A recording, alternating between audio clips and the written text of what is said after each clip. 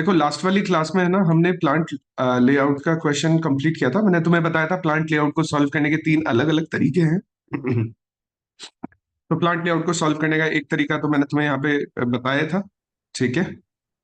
जिसको हम factor eating method बोलते हैं। दूसरा तरीका जो है ये है सेंटर ऑफ ग्रेविटी मेथड। और तीसरा तरीका ये हम पहले भी क्लासेस में डिस्कस कर चुके हैं, इक्विलिब्रियम मेथड। प्लांट लोकेशन के जो क्वेश्चन है ना वो सेम ही क्वेश्चन है।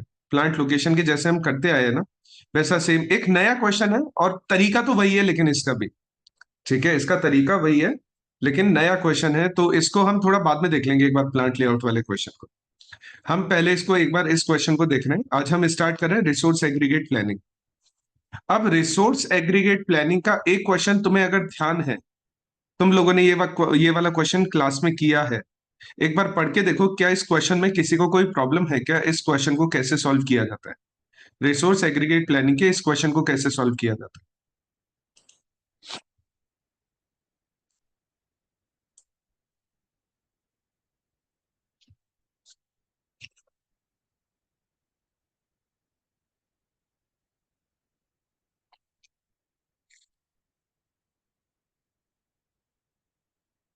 किसी को कोई दिक्कत है क्या इस वाले क्वेश्चन में? ये वही वाला क्वेश्चन है, वो प्रोडक्शन इंक्रीज या डिक्रीज कर देते हैं, या फिर वो कैरिंग कॉस्ट की कैरिंग इन्वेंट्री करते हैं, या फिर वो सब कॉन्ट्रैक्टिंग करते हैं। ये वो वाला क्वेश्चन है। किसी को कोई प्रॉब्लम है इस क्वेश्चन के सॉल्यूशन में तो एक बार पूछ लो।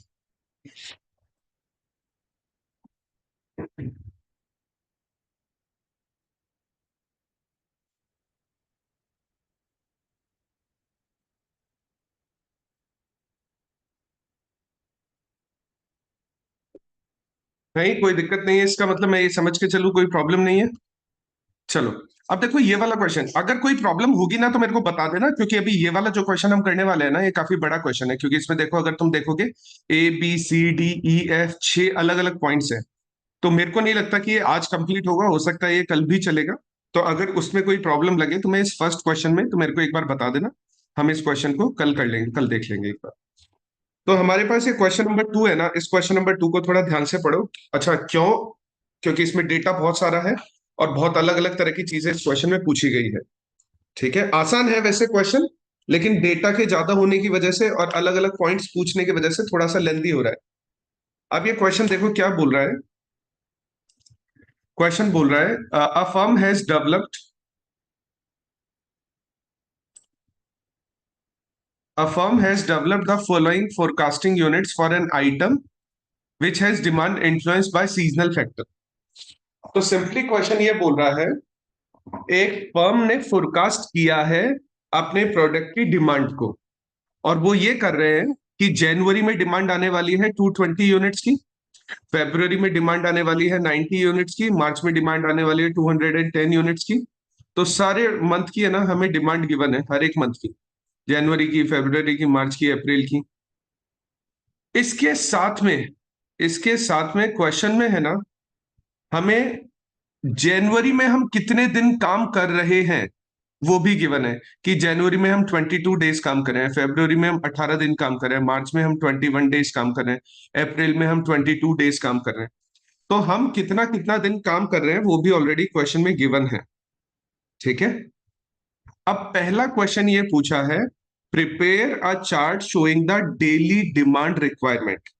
हमें एक चार्ट बनाना है और हमें ये बताना है कि एक दिन की रिक्वायरमेंट कितनी है, हर रोज, यानी है ना एवरेज रिक्वायरमेंट, डेली रिक्वायरमेंट कितनी है। अब इस क्वेश्चन को सॉल्व करने के लिए देखो फर्स्ट पॉइंट कर रहे हैं। फर्स्ट पॉइंट तक अगर कोई प्रॉब्लम है तो पूछ लो। Prepare a chart showing the daily demand requirement, यहां तक अगर किसी को कोई प्रॉब्लम है तो एक बार पूछ लो। नहीं? चलो। तो अगर यहां तक कोई दिक्कत नहीं है तो हम इसको ले जाते हैं इस टेबल को। प्लांट लोकेशन तो हो गया था, ये हमारा हो गया रिसोर्स एग्रीगेट प्लानिंग। ये रहा हमारा, ये हमारी टेबल है। ठीक है। अब फर्स्ट पॉइंट मैं दोबारा से याद दिला देता हूं तुम्हें। देखो फर्स्ट पॉइंट, फर्स्ट क्वेश्चन क्या पूछ रहा था? फर्स्ट क्वेश्चन पूछ रहा था प्रिपेयर अ चार्ट, एक चार्ट बनाना है showing the daily demand requirement. ठीक है। तो फर्स्ट क्वेश्चन सॉल्व कर रहे हैं हम यहां पर। पॉइंट ए है डेली रिक्वायरमेंट कैलकुलेट कर रहे हैं हम यहां पर।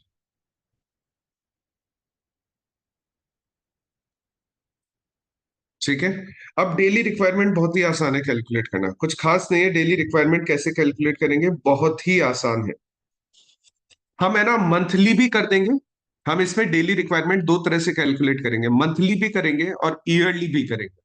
तो अगर हम मंथली रिक्वायरमेंट कैलकुलेट कर रहे हैं इस क्वेश्चन, अगर हम मंथली रिक्वायरमेंट यानी जनवरी की करें, फरवरी की करें, मार्च की करें, इस तरह से आगे करें, तो हमें यहां पर एक कॉलम और बनाना पड़ेगा। इसको कॉलम का नाम दे देंगे हम डिमांड पर डे या रिक्वायरमेंट पर डे। हम इसको नाम दे देंगे,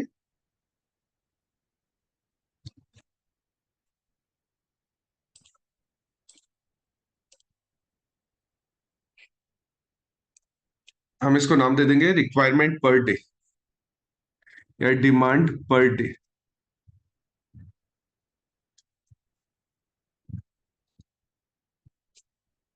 अब देखो जनवरी में हमारे पास कितने दिन हैं, 22। और हमारी डिमांड कितनी आने वाली है, 220। तो हर रोज डिमांड कितनी होने वाली है, हर रोज जनवरी के अंदर 10 यूनिट्स की डिमांड होने वाली। फेब्रुवरी के अंदर अगर तुम कैलकुलेट करोगे, 18×5 = 90, 5 यूनिट्स की डिमांड होने वाली है। उसके बाद मार्च में कैलकुलेट करोगे तो 10 यूनिट्स आ जाएगा। अप्रैल में कैलकुलेट करोगे तो ये आ जाएगा 396/22। ये आ जाएगा 18 यूनिट्स। 22 अपॉन यानी 616/22। सर स्क्रीन दूसरी दिखाओ ना, ये क्वेश्चन वाली स्क्रीन दिख रही है अभी हमको। सर अच्छा स्क्रीन नहीं दिख क्वेश्चन, अच्छा स्क्रीन नहीं दिख रही क्या, सॉरी। तो देखो यहाँ पर है ना, ये देखो सॉरी ये स्क्रीन है। तो डेली रिक्वायरमेंट कैलकुलेट कर रहे हैं। तो देखो जनवरी में फोरकास्टेड डिमांड आ रही है 220, प्रोडक्शन आ रहा है 22 डेज, प्रोडक्शन डेज आ रहा है। तो हर रोज हमारी 10 यूनिट्स की डिमांड आने वाली है। ठीक है। फेब्रुवरी में 90 फोरकास्टेड डिमांड है, प्रोडक्शन डेज 18 है, 18 है। तो हर रोज हमारी 5 यूनिट्स की डिमांड आने वाली है। तो मार्च में ऐसे ही है, अप्रैल में ऐसे ही है। मई के लिए कैलकुलेट करेंगे तो 616/22। तो ये आने वाली है 28 यूनिट्स की।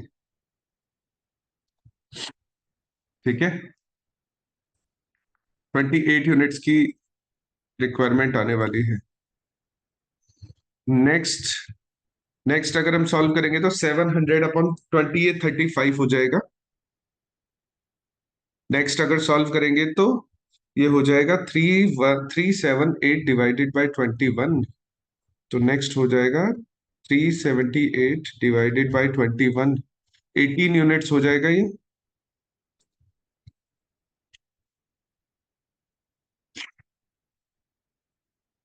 नेक्स्ट हो जाएगा 10, सिंपली 10 यूनिट्स। नेक्स्ट हो जाएगा 10 यूनिट्स।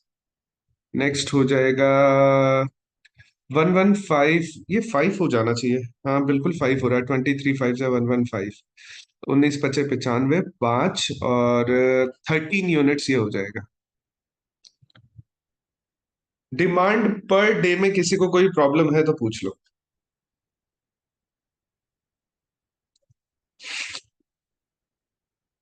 डिमांड पर डे में किसी को कोई प्रॉब्लम है तो पूछ लो।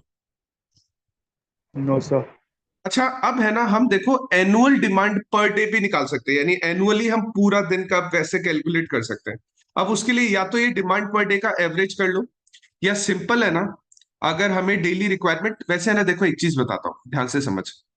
डेली का मतलब वैसे भी एवरेज ही होता है एक दिन के लिए, पर डे डेली का मतलब पर डे। और पर जो वर्ड यूज किया जाता है वो एवरेज के लिए किया जाता है। तो अगर मैं इसका एनुअल भी निकालना चाहूँ ना, तो एनुअल निकालना भी आसान है, कुछ खास नहीं है एनुअल निकालने में भी। तो अगर मैं एवरेज डिमांड बोलूं उसको या एनुअल डिमांड बोलूं तो एक ही बात है, एनुअल डिमांड पर डे। तो देखो सिंपली हम डिमांड का टोटल कर लेंगे। एक बार मेरे को डिमांड का टोटल करके बता दो कि डिमांड का टोटल कितना आ रहा है, और नंबर ऑफ डेज का भी टोटल कर लेना। डिमांड का टोटल कर लेना और नंबर ऑफ डेज का भी टोटल कर लेना। Total of demand divided by number of days, यानी एन हो जाएगा divide by number of days. Demand का टोटल कितना आ रहा है? 3500। और नंबर ऑफ डेज कितने आ रहे हैं अपने? नंबर ऑफ दो डेज 250। 250। तो अगर हम इसको सॉल्व करेंगे तो ये कितना आ जाएगा? 25 25 114 14 आ जाएगा ये। 14। 14 यूनिट्स पर डे की आ रही है।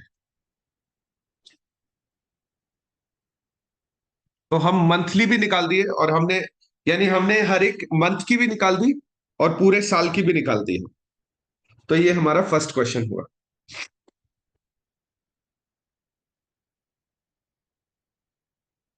ठीक है।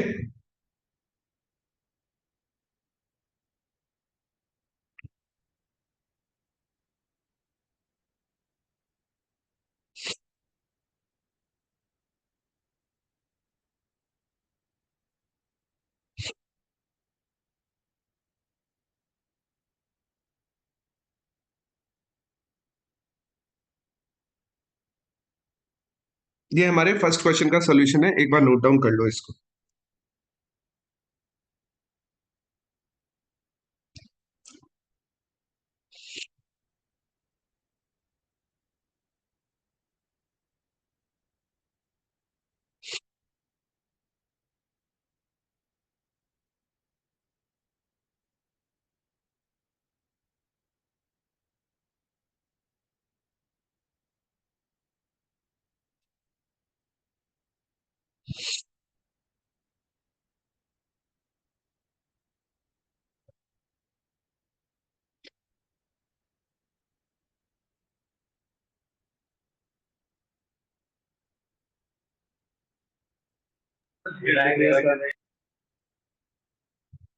हो गया complete? Yes sir. Yes sir. अच्छा आप देखो, सुनो, अगर तुम्हें है ना, देखो अब सेकंड क्वेश्चन है, determine the production rate requirement to meet average demand. हमें ये पता लगाना है कि हमें कितनी यूनिट का प्रोडक्शन करना है ताकि हम एवरेज डिमांड को मीट कर सके, ताकि हम डिमांड मीट कर सके। सिंपली मतलब ये है, हमें कितनी यूनिट का प्रोडक्शन करना है। सेकंड पॉइंट ये बोल रहा है। तो यहाँ पर है ना, इस तरह के क्वेश्चन को सॉल्व करने के लिए हम यूज करने वाले हैं, हमें प्रोडक्शन रेट कैलकुलेट करनी है। तो हम यूज करने वाले हैं, देखो जो फर्स्ट क्वेश्चन है ना, उसमें हमारे पास है ना 3 मेथड्स दिए हुए हैं फर्स्ट क्वेश्चन में। थोड़ा सा यहाँ पे ना फर्स्ट क्वेश्चन को मैं तुम्हें याद दिलाता हूँ। तो एक तो था इन्वेंट्री, हम यानी है ना प्रोडक्शन को कम या ज्यादा कर सकते हैं। एक था हम इन्वेंट्री को कैरी करके चल सकते हैं, और एक था हम सब कॉन्ट्रैक्टिंग करवा सकते हैं। ठीक है। तो हम प्रोडक्शन रेट को इंक्रीज और डिक्रीज भी कर सकते हैं, हम सब कॉन्ट्रैक्टिंग भी कर सकते हैं, हम कैरी द इन्वेंट्री भी कर सकते हैं। ऐसा था इस क्वेश्चन में। अब एक बात बताओ, क्योंकि देखो मैं तुम्हें एक पॉइंट समझाता हूं, ये सारे प्रोडक्शन से ही रिलेटेड थे।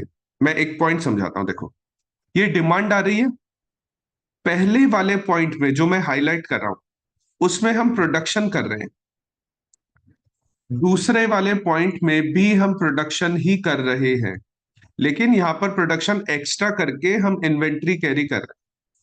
और तीसरे वाले पॉइंट में भी हम प्रोडक्शन ही कर रहे हैं, लेकिन कुछ प्रोडक्शन हम कर रहे हैं, कुछ प्रोडक्शन किसी और कंपनी को करने के लिए दे रहे हैं। तो ऊपर जो क्वेश्चन था वो तो डिमांड, ये वाला जो ऊपर डेटा दिया हुआ है ना, ये टेबल का डेटा, ये तो डिमांड वाला डेटा है।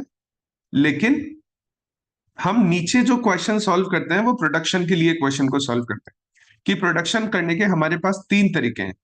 या तो हम प्रोडक्शन करने के लिए हमारी प्रोडक्शन रेट को कम ज्यादा कर दें, या फिर हम कैरी करें, या फिर हम सब कॉन्ट्रैक्टिंग करें। तो ऐसे 3 अलग अलग तरीके हैं हमारे पास में। ठीक है। हम इस क्वेश्चन को सॉल्व करने के लिए तीनों में से किसी भी तरीके को फॉलो कर सकते हैं, लेकिन उसके लिए एक बात बताओ, क्या हमें यह पता है क्या कि इंक्रीज प्रोडक्शन करने की और डिक्रीज प्रोडक्शन करने की कॉस्ट कितनी है? फर्स्ट क्वेश्चन में मैं दोबारा से पूछ रहा हूं, क्या हमें फर्स्ट क्वेश्चन में ये पता है क्या कि प्रोडक्शन रेट को इंक्रीज करने की और प्रोडक्शन रेट को डिक्रीज करने की कॉस्ट कितनी है? Yes sir. पता है ना, देखो ये लिखे हुए यस नंबर्स। सर, है ना। Yes sir. ठीक है। क्या हमें ये पता है क्या कि कैरी करने की कॉस्ट कितनी आ रही है? हमें ये भी पता है। और क्या हमें ये पता है क्या कि सब सब कॉन्ट्रैक्टिंग करने की कॉस्ट कितनी आ रही है? हमें ये भी पता है। लेकिन अगर मैं इस क्वेश्चन की बात करूं, क्वेश्चन नंबर सेकंड के बी पॉइंट की, क्या हमें ये पता है क्या कि इन्वेंट्री को इंक्रीज या डिक्रीज करने की कॉस्ट कितनी आ रही है? नहीं पता है। क्या हमें पता है क्या कैरी करने की कॉस्ट कितनी आ रही है? नहीं पता है। क्या हमें ये पता है क्या सब कॉन्ट्रैक्टिंग की कॉस्ट कितनी आ रही है? नहीं पता है। तो फिर हम क्या करेंगे इस केस में? हम क्या करें? ऊपर वाले क्वेश्चन में जो फर्स्ट वाला क्वेश्चन था उसमें तो हमें पता था, लेकिन हमें इस क्वेश्चन में पता नहीं है। तो इस केस में हम क्या कर सकते हैं? इस केस में क्या तुम लोगों को लास्ट वाला जो फर्स्ट वाला क्वेश्चन हमने ये किया था, ये वाला क्वेश्चन, ये फर्स्ट क्वेश्चन, क्या तुम लोगों को इस फर्स्ट क्वेश्चन का आंसर याद है क्या?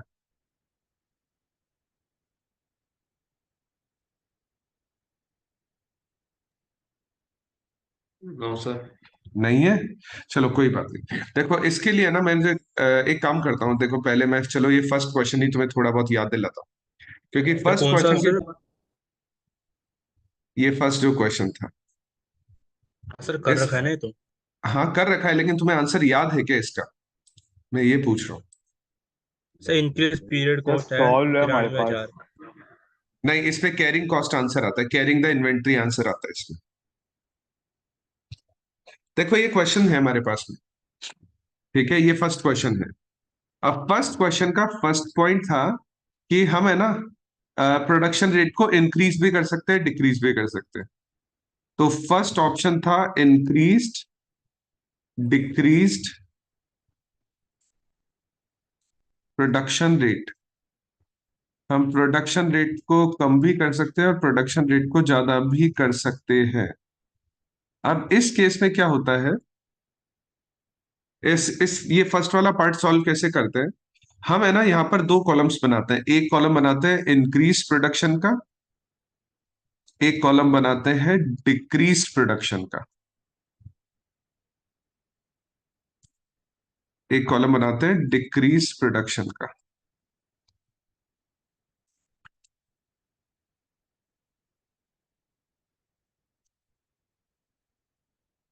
तुम इसके सॉल्यूशन को नोट डाउन मत करना, क्योंकि तुम लोगों ने ऑलरेडी किया हुआ है। देखो फर्स्ट क्वार्टर में हमें पता नहीं लग रहा है कि प्रोडक्शन इंक्रीज हुआ है या डिक्रीज हुआ है, क्योंकि फर्स्ट क्वार्टर में जो डिमांड है, देखो यहां पर हम क्या कर रहे हैं, फर्स्ट वाले पॉइंट में ध्यान से सुनना। जितनी यूनिट्स की डिमांड आ रही है ना, हम उतना ही प्रोडक्शन कर रहे हैं। जितनी यूनिट्स की डिमांड आ रही है, हम उतना ही प्रोडक्शन कर रहे हैं। तो फर्स्ट क्वार्टर में हमने 270 यूनिट्स का प्रोडक्शन किया। क्या हमें फर्स्ट क्वार्टर से पहले वाली वैल्यूज के बारे में कुछ आइडिया है क्या कि फर्स्ट क्वार्टर में अगर हमारा 270 यूनिट्स का प्रोडक्शन हुआ है तो वो प्रोडक्शन इंक्रीज हुआ है या डिक्रीज हुआ है? हमें नहीं पता, इसलिए हमने उसको डैश लगा दिया। सेकेंड क्वार्टर की डिमांड है 220 यूनिट्स की, हमने प्रोडक्शन किया 220 यूनिट्स का। अब हमें पता लग गया कि सेकेंड क्वार्टर में हमने प्रोडक्शन को डिक्रीज किया है, और सेकेंड क्वार्टर में जो हमने प्रोडक्शन डिक्रीज किया है वो डिक्रीज किया है बाय 50 यूनिट्स। थर्ड क्वार्टर में 470 यूनिट्स की डिमांड आई, तो हमने 470 यूनिट्स का प्रोडक्शन किया। तो थर्ड क्वार्टर में हमारा प्रोडक्शन इंक्रीज हुआ है। कितना इंक्रीज हुआ है? 250 यूनिट्स। 50। नेक्स्ट क्वार्टर में 670 यूनिट्स की डिमांड आने की वजह से हमने 670 यूनिट्स का प्रोडक्शन किया, तो हमारी 200 यूनिट्स का प्रोडक्शन इंक्रीज हुआ है। नेक्स्ट हमारा 220 का डिक्रीज हुआ है। नेक्स्ट हमारा 180 का, सॉरी डिक्रीज हुआ है ये भी। डिक्रीज हुआ। हाँ हाँ डिक्रीज हुआ है ये भी। नेक्स्ट क्वार्टर में हमारी 180 यूनिट्स का प्रोडक्शन डिक्रीज हुआ है। नेक्स्ट क्वार्टर में हमें 70 यूनिट्स का प्रोडक्शन डिक्रीज मिला है, और लास्ट वाले क्वार्टर में 170 यूनिट का प्रोडक्शन इंक्रीज हुआ है। तो कितनी यूनिट्स डिक्रीज हुई है? अगर मैं डिक्रीज प्रोडक्शन कैलकुलेट करूंगा, इंक्रीज कितनी हुई है? इंक्रीज 620। 620 यूनिट्स। तो इंक्रीज प्रोडक्शन कॉस्ट कैलकुलेट करते हैं। देखो, 620 यूनिट्स इंक्रीज हुई है और इसको मल्टीप्लाई कर देंगे हम।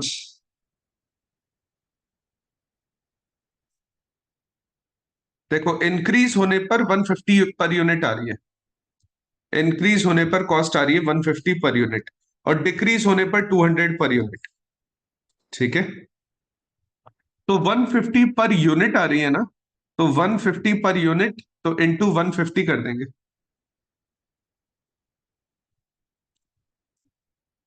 और डिक्रीज प्रोडक्शन की कॉस्ट आ रही है, डिक्रीज प्रोडक्शन 520। यूनिट्स आ रही है 520, और ये हो जाएगा 200 से मल्टीप्लाई। तो फर्स्ट वाला तो कितना हो जाएगा? 93,000। 93,000। और सेकंड वाला हो जाएगा 1,04,000। तो टोटल कॉस्ट आ रही है 1,97,000। इंक्रीज और डिक्रीज प्रोडक्शन की टोटल कॉस्ट जो आ रही है ना, वो 1,97,000 आ रही है।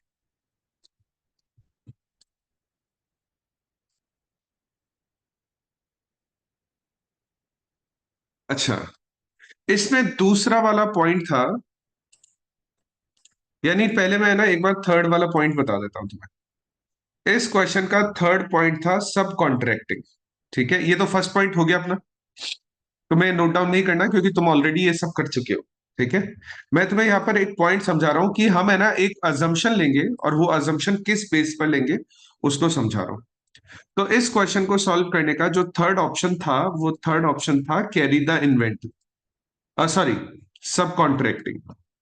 थर्ड ऑप्शन था सब कॉन्ट्रैक्टिंग। हम है ना सब कॉन्ट्रैक्टिंग भी कर सकते हैं,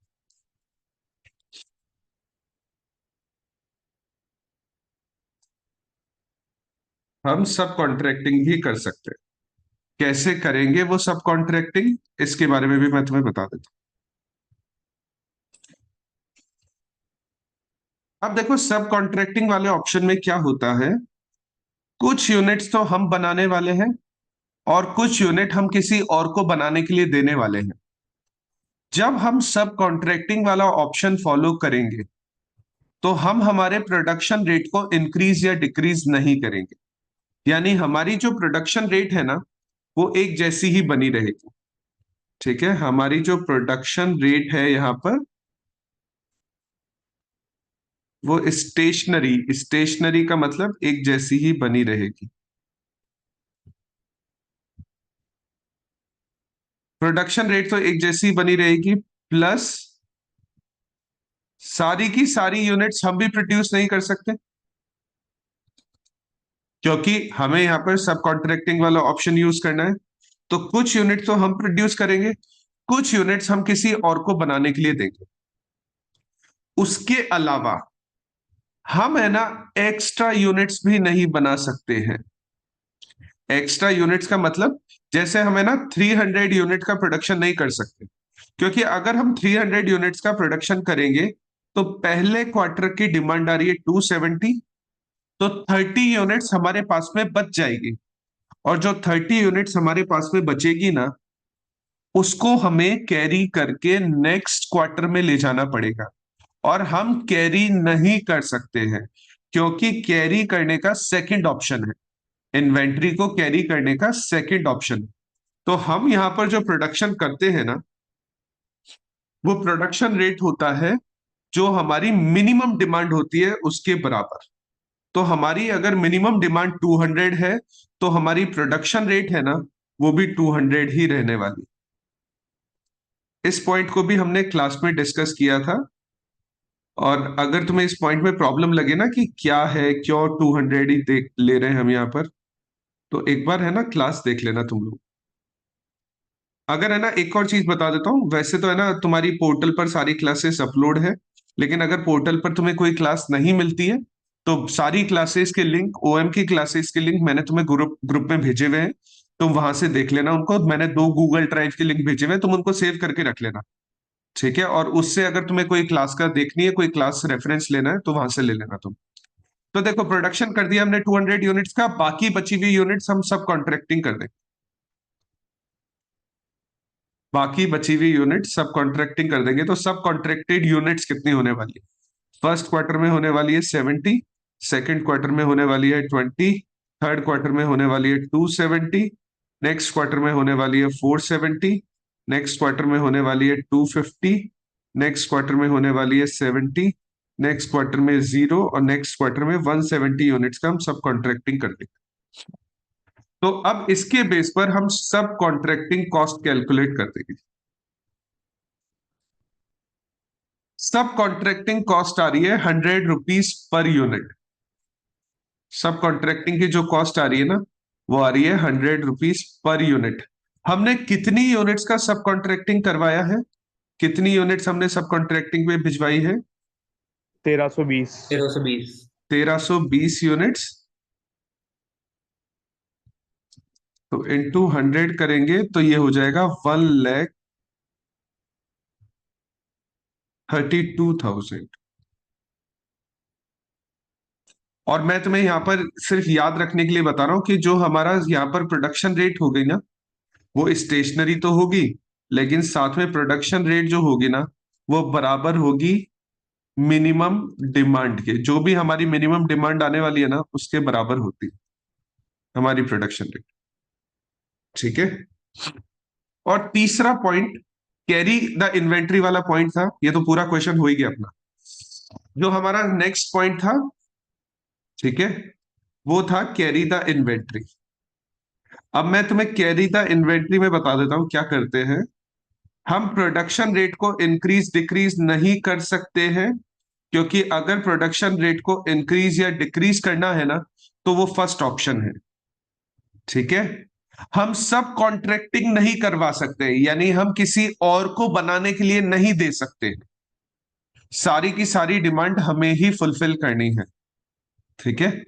अच्छा एक बात और बता देता हूं, देखो मीटिंग अगर एंड हो जाए ना, तो तुम एक बार ज्वाइन कर लेना अगर क्वेश्चन बीच में रह जाता है। तो कैरी द इन्वेंट्री में जो भी प्रोडक्शन करना है हमें ही करना है, प्लस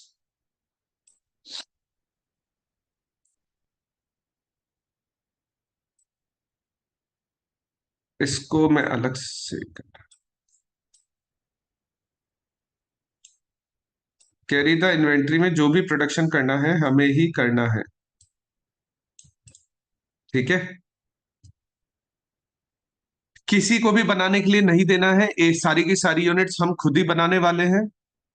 हमारी प्रोडक्शन रेट जो रहेगी ना, वो स्टेशनरी रहेगी। प्रोडक्शन रेट स्टेशनरी क्यों रहेगी? हम प्रोडक्शन रेट चेंज नहीं कर सकते, क्योंकि अगर हम प्रोडक्शन रेट चेंज कर देंगे ना, तो हमारी फर्स्ट वाला क्वेश्चन हो जाएगा, STATI।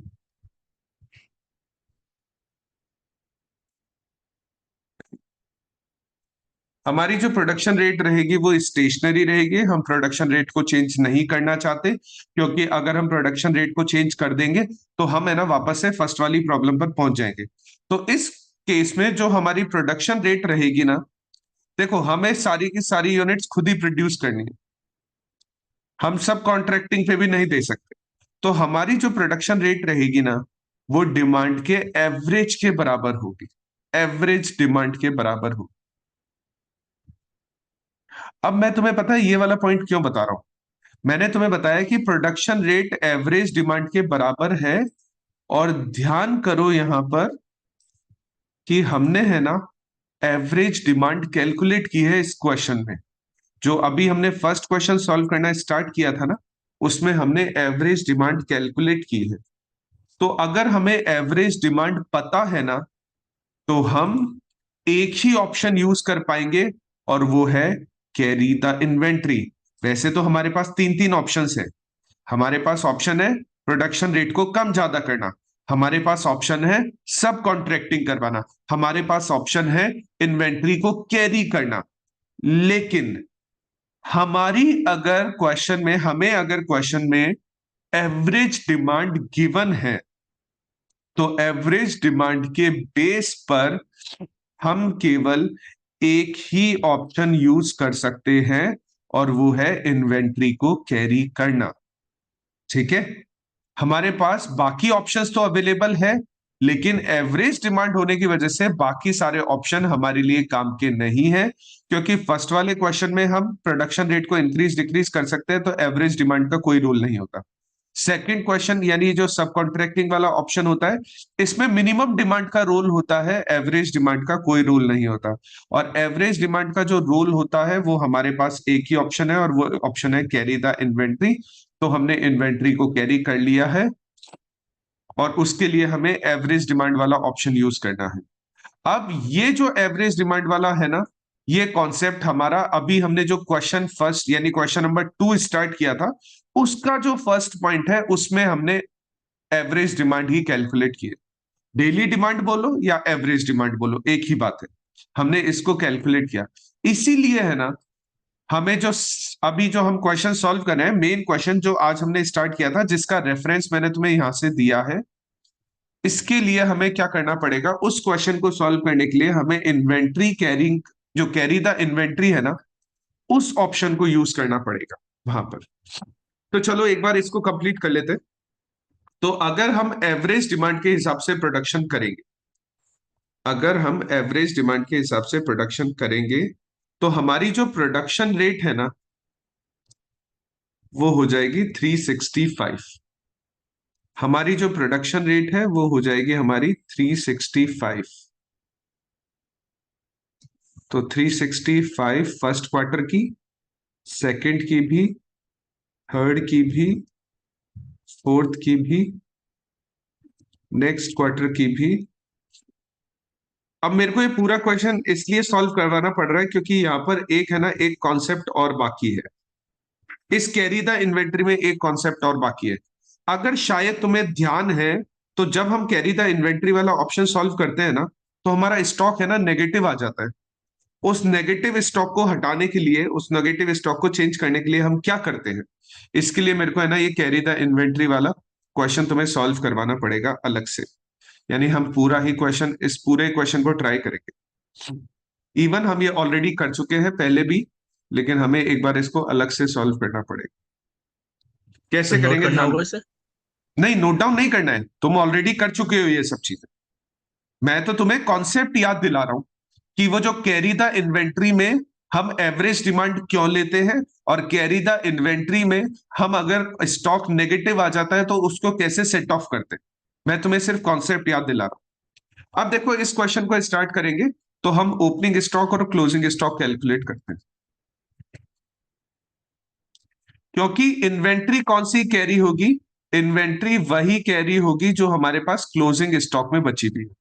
तो तुम लोगों ने कैरी द इन्वेंट्री है ना, कॉस्टिंग में कई बार सुना है, इन्वेंट्री कैरी करके हम नेक्स्ट क्वार्टर में ले जाते हैं। इस क्वार्टर में जो क्लोजिंग इन्वेंट्री बचती है, या इस महीने में जो क्लोजिंग इन्वेंट्री बच रही है, उसको हम कैरी करके नेक्स्ट मंथ में ले जा रहे हैं। ठीक है, तो इसीलिए हमें यहाँ पर ओपनिंग और क्लोजिंग स्टॉक कैलकुलेट करना पड़ता है, ताकि हमें ये पता लग सके कि कितनी यूनिट्स हमारे पास में बची हुई है, और उनको कैरी करके हम नेक्स्ट क्वार्टर में कितनी यूनिट्स ले जाने वाले हैं। तो यहाँ पर है ना, देखो, फर्स्ट क्वार्टर का ओपनिंग स्टॉक हमें नहीं पता है, क्योंकि हमें नहीं, क्वेश्चन में कहीं गिवन नहीं है, क्वेश्चन में कहीं पर भी ये गिवन नहीं है कि हमारे पास कितनी यूनिट का स्टॉक रखा हुआ है। हमारे पास क्वेश्चन में सिर्फ इतना ही गिवन है कि जो कैरिंग कॉस्ट है वो 50 रुपीज पर यूनिट आ रही है। क्वेश्चन में ये कहीं भी गिवन नहीं है कि हमारे पास कितनी यूनिट्स का स्टॉक रखा हुआ है। तो इसीलिए मैंने क्या किया है, ओपनिंग स्टॉक को 0 माना। अब हमने प्रोड्यूस की 365 यूनिट्स। ठीक है, हमारी प्रोडक्शन रेट जो है वो है 365 यूनिट्स, और हमारी डिमांड आ गई है 270 यूनिट्स की। तो हमारे पास क्लोजिंग स्टॉक में 95 यूनिट्स बच जाएंगी। हमने प्रोड्यूस की है 365 यूनिट्स, हमारी डिमांड आ रही है 270 यूनिट्स की। तो हमारे पास में 270 यूनिट्स तो हम, डिमांड आएगी तो हम सेल कर देंगे, बाकी बची हुई 95 यूनिट्स हमारे पास क्लोजिंग स्टॉक में बच जाएगी। ये वाला 95 यूनिट का क्लोजिंग स्टॉक नेक्स्ट क्वार्टर का ओपनिंग स्टॉक बन जाएगा। और नेक्स्ट क्वार्टर में हमने 365 यूनिट प्रोड्यूस किए। तो हमारे पास में देखो 365 यूनिट्स का तो प्रोडक्शन आ गया, 95 यूनिट्स ऑलरेडी हमारे पास में रखी हुई है। टोटल जो इन्वेंट्री है वो 460 यूनिट्स की है, जिसमें से 220 यूनिट्स का हमारे पास में डिमांड आ गई। बची हुई 240 यूनिट्स हमारी क्लोजिंग स्टॉक में चली जाएगी। ये 240 यूनिट हम नेक्स्ट क्वार्टर में कैरी करेंगे, और 365 यूनिट्स हमने ऑलरेडी बना ली है नेक्स्ट क्वार्टर में। टोटल जो हमारी इन्वेंट्री है ना वो 605 यूनिट्स की हो गई, जिसमें से 470 यूनिट्स की डिमांड आ गई। तो बची 135 यूनिट्स का हमारा क्लोजिंग स्टॉक। अच्छा, ये जो ओपनिंग और क्लोजिंग स्टॉक में कैलकुलेट कर रहा हूं, इसमें किसी को कोई प्रॉब्लम है क्या? ये जो ओपनिंग और क्लोजिंग स्टॉक में यहां पर कैलकुलेट कर रहा हूं, इसमें किसी को कोई प्रॉब्लम है क्या? No sir. No sir. नहीं? ठीक है। नेक्स्ट ये 135 यूनिट्स यहां पर आ जाएगी ओपनिंग स्टॉक में। ठीक है। और 365 यूनिट्स का हमने प्रोडक्शन कर ही लिया है, तो टोटल यूनिट्स हो गई 500, जिसमें से 670 की डिमांड आ जाएगी। तो यहां पर हमारा स्टॉक हो जाएगा नेगेटिव। ये हमारा स्टॉक नेगेटिव होना स्टार्ट हो जाता है यहां से। फिर ये नेगेटिव स्टॉक यहां पर कैरी करेगा। ठीक है। और यहां पर जो स्टॉक आएगा, क्लोजिंग स्टॉक आएगा, वो आएगा माइनस का 255। फिर ये माइनस का 255 यहां पर कैरी करेगा।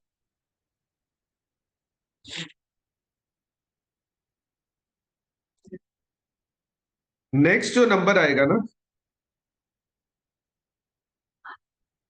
+365 -160। माइनस का 160 आएगा नेक्स्ट वाला नंबर। और माइनस का 160 हम यहां पर कैरी करेंगे, तो यहां पर आ जाएगा 5। 5 हम 5। यहां पर कैरी करेंगे तो यहां पर हो जाएगा 0। अब देखो, ये जो स्टॉक है ना, स्टॉक कभी नेगेटिव हो नहीं सकता। यहां पर जो स्टॉक, मैं तुम्हें यहां पर ये समझा रहा था कि ये जो स्टॉक जो आ रहा है वो नेगेटिव आ रहा है, और स्टॉक कभी भी नेगेटिव नहीं होना चाहिए। हम स्टॉक को नेगेटिव नहीं करना चाहते। इस नेगेटिव स्टॉक को खत्म करने के लिए, इस नेगेटिव स्टॉक को हटाने के लिए, हम ऐसा अज्यूम करते हैं, बेसिकली हम अज्यूम नहीं करते। ठीक है, हम ऐसा अज्यूम नहीं करते। हम इस नेगेटिव स्टॉक को खत्म करने के लिए क्या कर रहे हैं, ध्यान से सुना। हमारे पास जो सबसे बड़ा नेगेटिव नंबर आ रहा है वो आ रहा है 255। ठीक है। हम इस क्वेश्चन में ओपनिंग और क्लोजिंग स्टॉक दोबारा से कैलकुलेट करना स्टार्ट करेंगे। हम ओपनिंग स्टॉक दोबारा से कैलकुलेट करेंगे, हम क्लोजिंग स्टॉक दोबारा से कैलकुलेट करेंगे, लेकिन एक फंक्शन के साथ, एक वेरिएशन के साथ। और वो वेरिएशन है कि हम है ना, हम ऐसा मानकर चलेंगे, हम ऐसा तुम बोल सकते हो अज्यूम करके चलेंगे कि हमारे पास ऑलरेडी 255 यूनिट्स का स्टॉक रखा हुआ है। अब इस अजम्पशन को हमने ये माना है कि हमारे पास ऑलरेडी 255 यूनिट्स का स्टॉक रखा हुआ है, लेकिन क्या एक्चुअली में हमारे पास 255 यूनिट्स का स्टॉक रखा हुआ है क्या? नहीं। तो फिर हमारा जो अजम्पशन है वो गलत हो जाएगा। तो हमारे अजम्पशन को सही करने के लिए हम ऐसा मानेंगे कि फर्स्ट क्वार्टर में, वेरी फर्स्ट क्वार्टर में, हमारे पास वेरी फर्स्ट क्वार्टर में, सिर्फ पहले क्वार्टर की बात कर रहा हूं मैं, उसके आगे वाले क्वार्टर्स के बारे में बात नहीं कर रहा। फर्स्ट क्वार्टर में मैं एक अजम्पशन लिख रहा हूं यहां पर।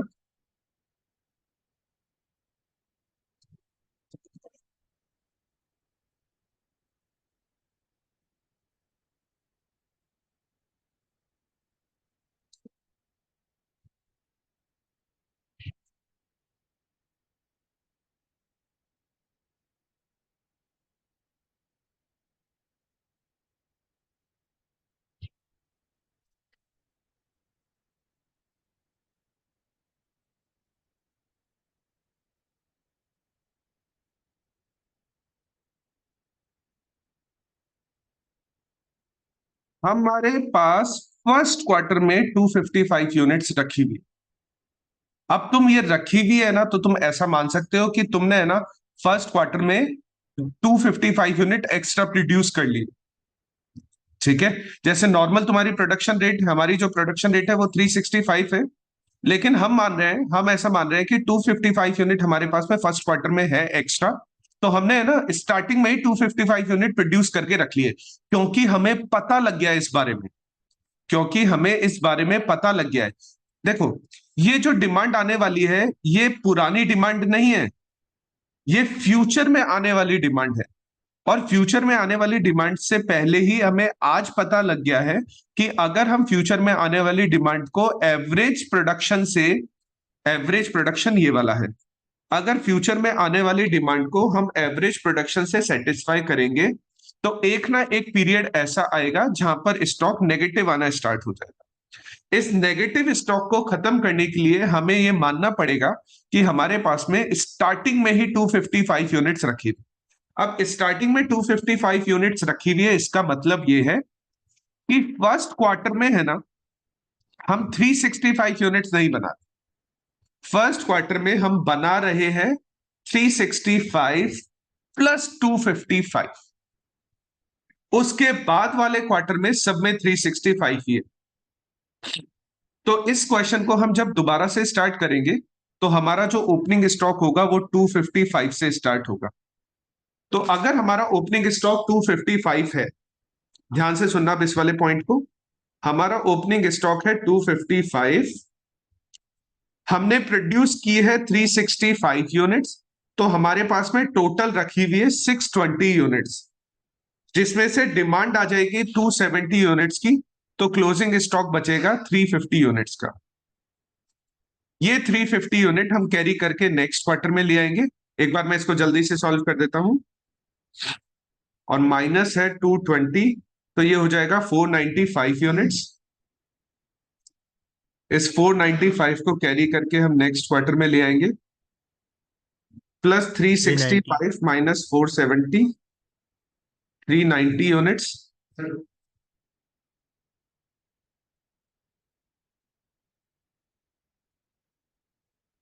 85 85 यूनिट्स ये आ जाएगी।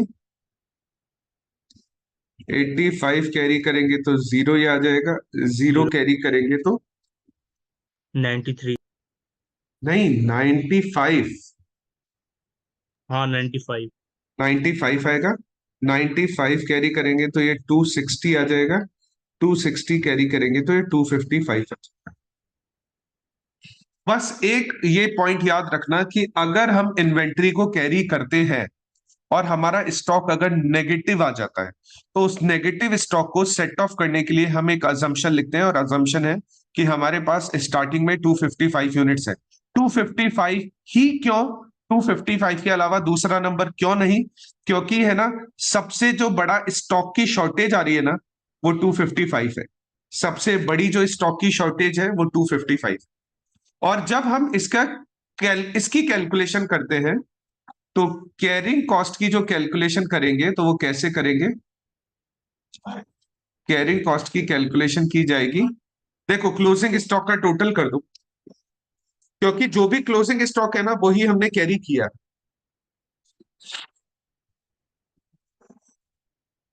1930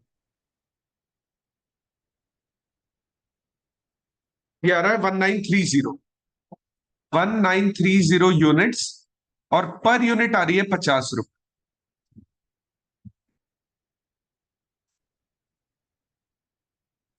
पर यूनिट आ रही है 50 रुपए।